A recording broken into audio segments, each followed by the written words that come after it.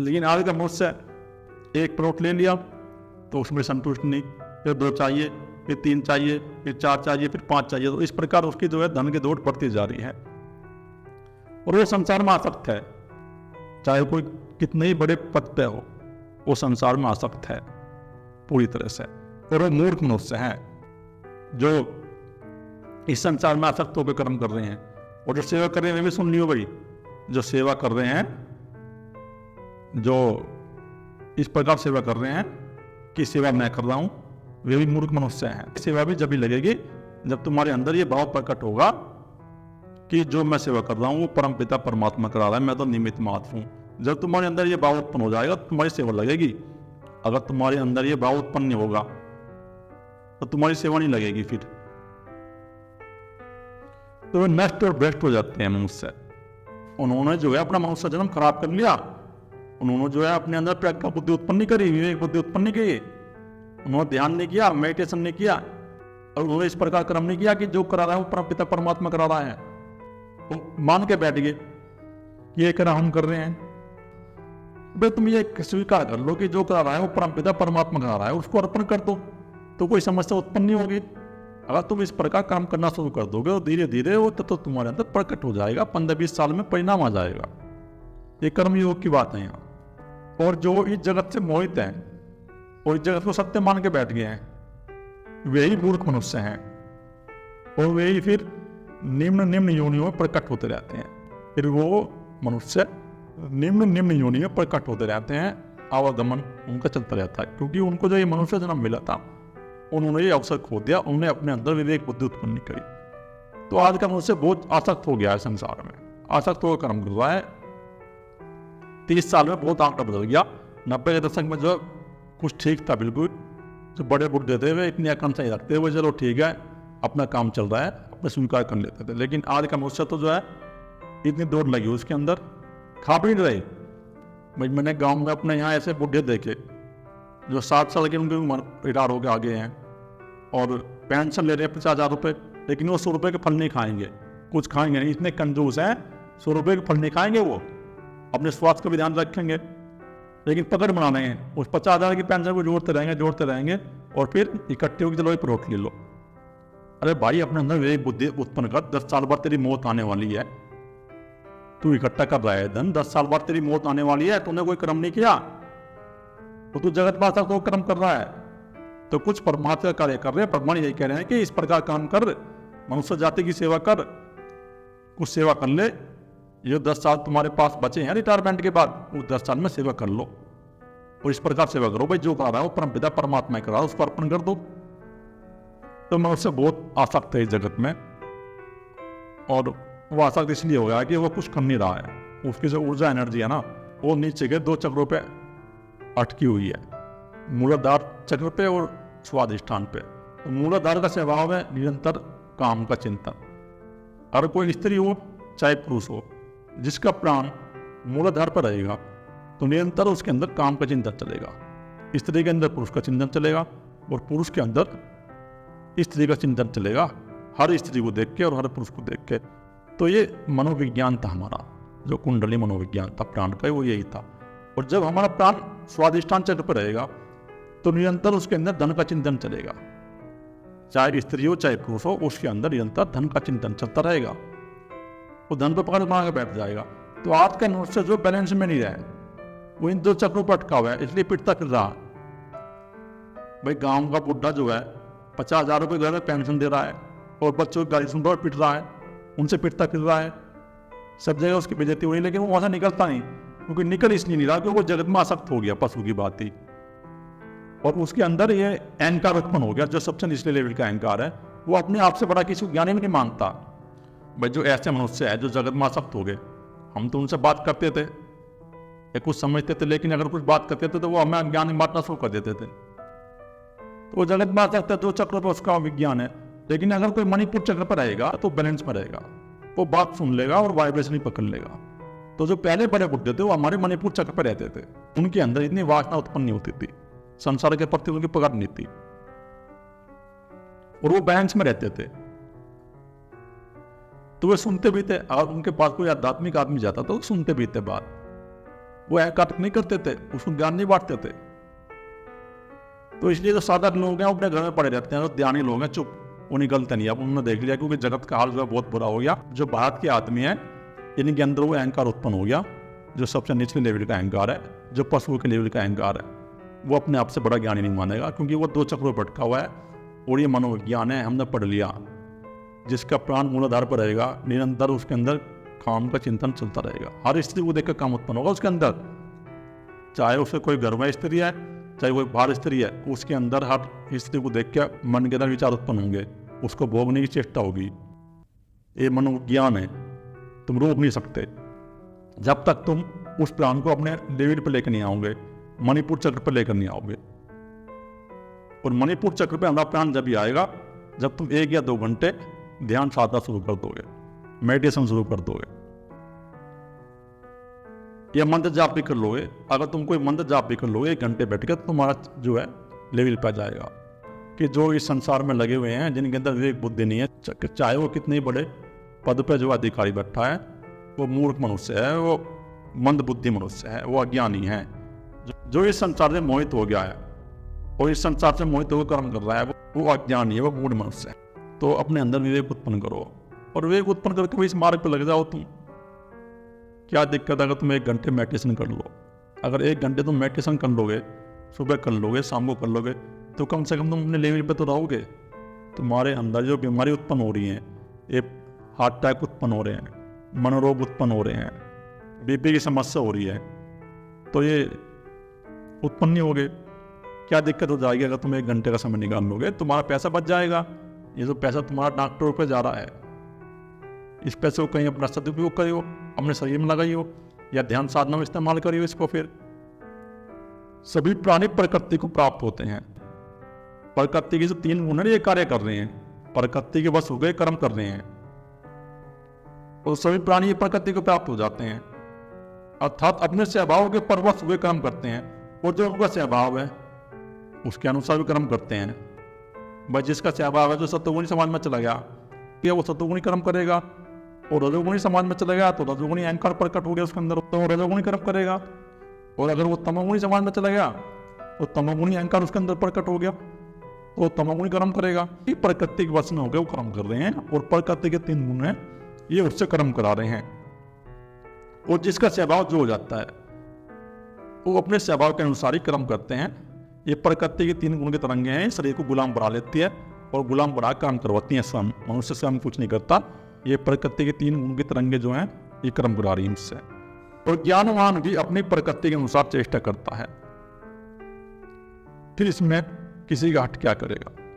और जो ज्ञानवान मनुष्य हैं, जिन्होंने उस तत्व को अपने अंदर प्रकट कर लिया है, वो समझ जाता है कि जो हमारे शरीर से कर्म हो रहे हैं और मन से कर्म हो रहे हैं, प्रकृति की तरंगे काम कर रही हैं हमारे अंदर, ये कर्म करा रही हैं।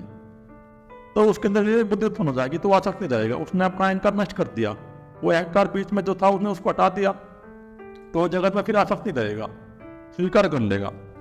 तो इसमें किसी का हट क्या? जो इस प्रकार कर्म कर रहा है कि जो करा रहा है वो परमपिता परमात्मा ही करा रहा है। भाई प्रकृति कर्म करा रही है ये, लेकिन तुम्हें अपने अंदर भाव उत्पन्न करेगा। ये तुम्हें अपने अंदर भाव उत्पन्न करना पड़ेगा। जब तुम कर्म योगी बनोगे, अपने मन के अंदर एक भावना उत्पन्न करनी पड़ेगी ये कर्म करते हुए तुम्हें, तो फिर तुम इस जगत में आसक्त नहीं होगे। ये अपने मन को वर्तमान में स्थिर कर लो। अगर तुम नौकरी भी कर रहे हो, कुछ काम भी कर रहे हो, तो इस प्रकार कर्म करो कि अपने मन को वर्तमान में ले गया, वो बार बार भागेगा, कभी भूतकाल में भागेगा, कभी भविष्य काल में भागेगा, तो वो बार बार भागेगा। उसको बार बार वर्तमान में लाने का प्रयास करो, और जब तुम उसको बार बार वर्तमान में लाने का प्रयास करोगे तो तुम्हारा मन ये वर्तमान में आ जाएगा, तो तुम्हारे अंदर ये जो पकड़ है ना, ये पकड़ तुम्हारे अंदर कम हो जाएगी कि भाई तुम जगत में आसक्त मत हो। ये प्रकृति के 3 गुण की तरंगे कर्म करा रही हैं बस। तो मैं तो ये कहूँगा भाई तुम मेडिटेशन शुरू कर दो आज से, तुरंत मेडिटेशन करना शुरू कर दो। 1 घंटा नहीं तो जीवन जा रहा है और जीवन खत्म हो जाएगा, तो तुम्हारी उम्र भी घटती जा रही है। ये मन जो है चिंता तुम्हारी उम्र भी घटा रहा है। आज का मनुष्य 70 साल से पहले ही ऊपर चला जाता है। पहले मनुष्य जो है 100 साल तक जी रहते थे, आज के मनुष्य 70-80 साल में जो खत्म हो रहे हैं। तो इसलिए प्रकृति के बैलेंस में लेके आओ, फिर जो है धीरे धीरे अपनी ऊर्जा को हृदय चक्र में लेके आओ। तो भगवान ने माया के बारे में बताया कि माया किस प्रकार कार्य करा रही है। इस अध्याय में बता रहे हैं कि माया के 3 गुण जो है वो प्रकृति किस प्रकार से कार्य कर रही है। इंद्रिय के अर्थ में अर्थात प्रत्येक इंद्रिय के विषय में राग और द्वेष छिपे हुए स्थित हैं।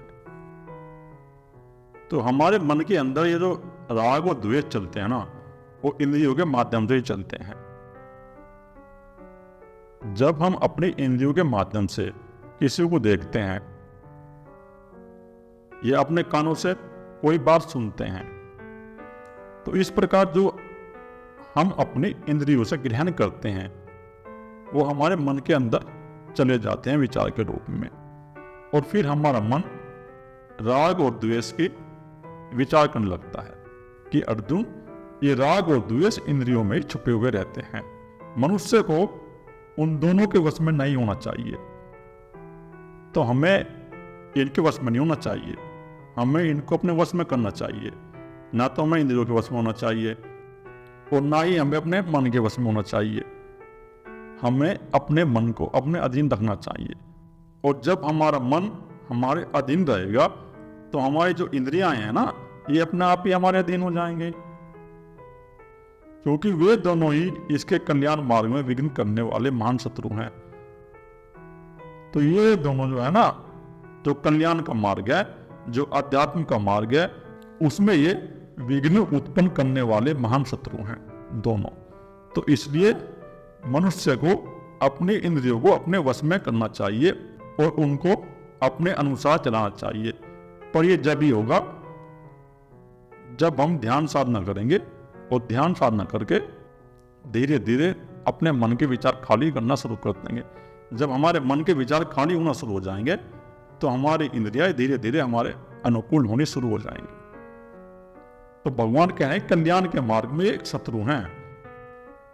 अगर हमारी इंद्रियां हमारे अधीन नहीं है तो उस कल्याण के मार्ग में शत्रु हैं। अच्छी प्रकार आचरण में लाए हुए दूसरों के धर्म से गुण रहित भी अपना धर्म अति उत्तम है। अपने धर्म में तो मरना भी कल्याणकारक है और दूसरे का धर्म व्यय को देने वाला है। देखो भगवान ने कितनी बड़ी बात कही है इस सूत्र में। 5000 साल पहले बता के चले गए वो। आचरण में लाए हुए दूसरों के धर्म से, जो हमारा आचरण है, जैसे कोई मनुष्य है तो जो उसके जो संस्कार हैं उस संस्कार के कारण उनका आचरण होता है। लेकिन अगर कोई उसे सिखाए कि तुम ये नहीं भाई ऐसा कर लो, तो वहां चलो, तो दूसरे का धर्म हो गया। ये जो हिंदू मुस्लिम सिख ईसाई ये नहीं है धर्म। भगवान ये कह रहे हैं कि जो आचरण में लाया जाता है दूसरे का विचार, किसी दूसरे मनुष्य पे अपना विचार थोपता है, तो वो दूसरे का धर्म है। जैसे मान लेते हैं कोई बच्चा है, कोई पढ़ाई कर रहा है, और वो पढ़ाई कर रहा है बच्चा, लेकिन उसके अंदर इच्छा है कि मैं डॉक्टर बनूं, और वो डॉक्टर की पढ़ाई करना चाहता है, तो वो उसका धर्म हो गया। वो अपनी उसकी इच्छा है।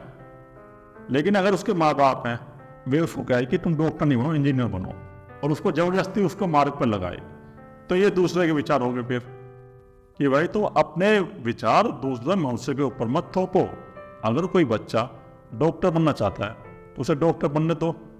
तो जो बच्चा, जिस बच्चे की जो इच्छा है, जो उसके पूर्व जन्म के संस्कार हैं, वो संस्कार के कारण इस जगत में कार्य करेगा। कि जैसा जिसका धर्म है वो अपने धर्म में ही कार्य करेगा। तुम उस पर अपने विचार मत थोपो।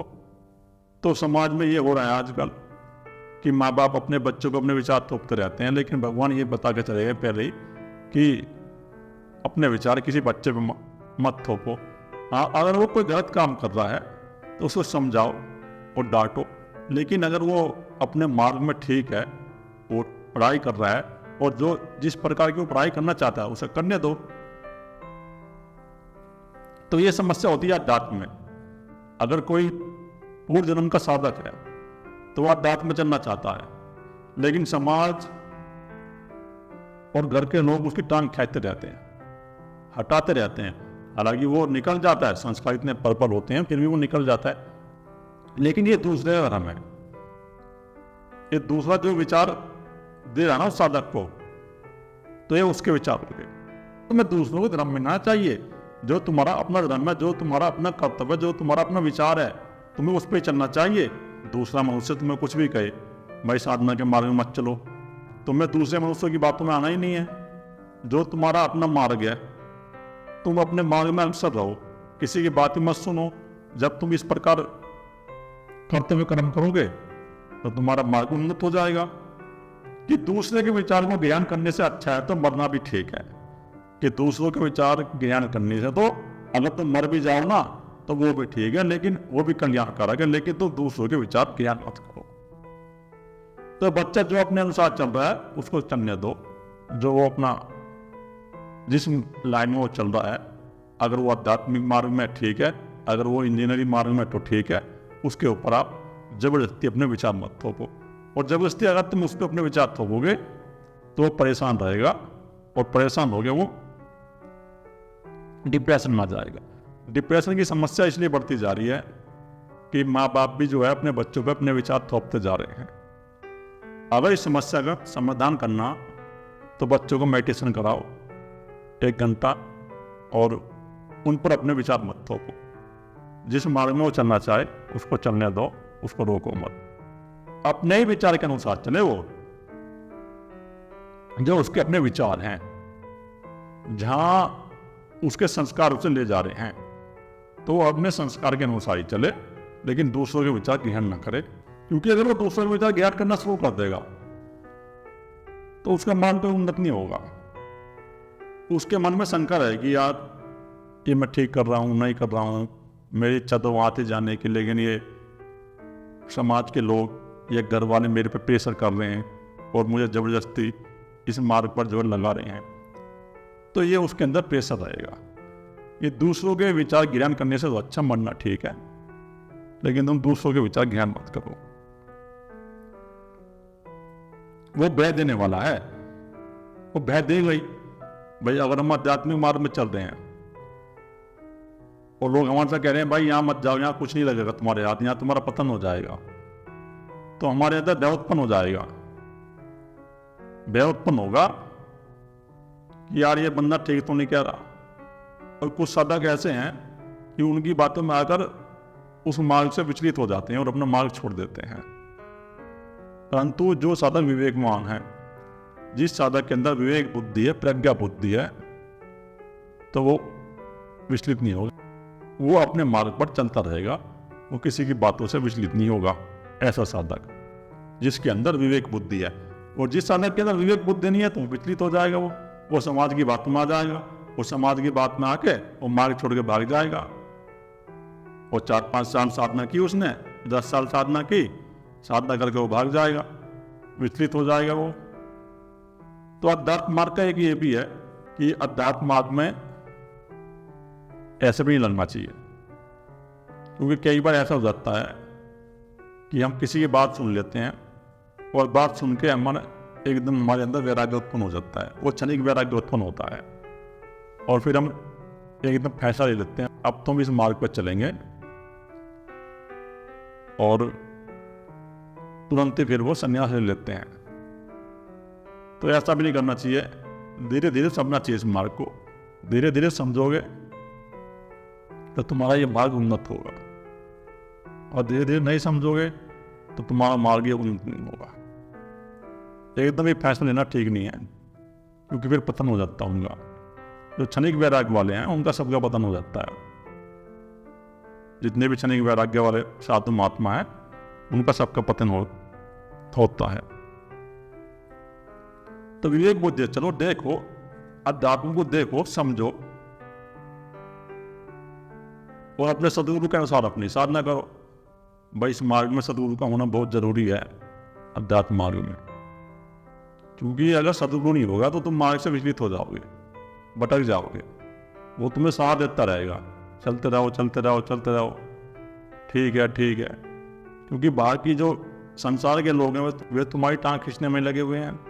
जो घर के लोग हैं, संसार के लोग हैं, तो कम से कम माजूल सारा मिलता रहता है सदगुरु के यहाँ से।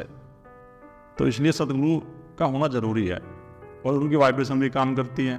उनका आगे चक्र खुला हुआ है तो उनकी वाइब्रेशन भी काम करती है अध्यात्म मार्ग में, उससे भी हमारी शक्ति जो है उन्नत होती है। अर्जुन बोले, हे केशव, तो फिर यह मनुष्य स्वयं न चाहता हुआ भी बुलाक लगाए हुए की बातें किससे प्रेरित होकर पाप का आचरण करता है।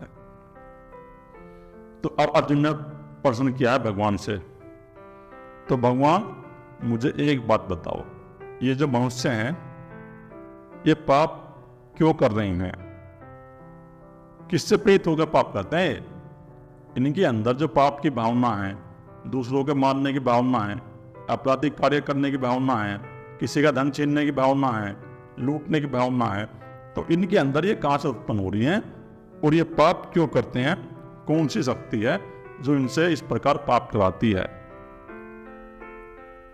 तो मैं पहले भी तुम्हें बताया था, वो तमोगुण की शक्ति है जो पाप कराती है।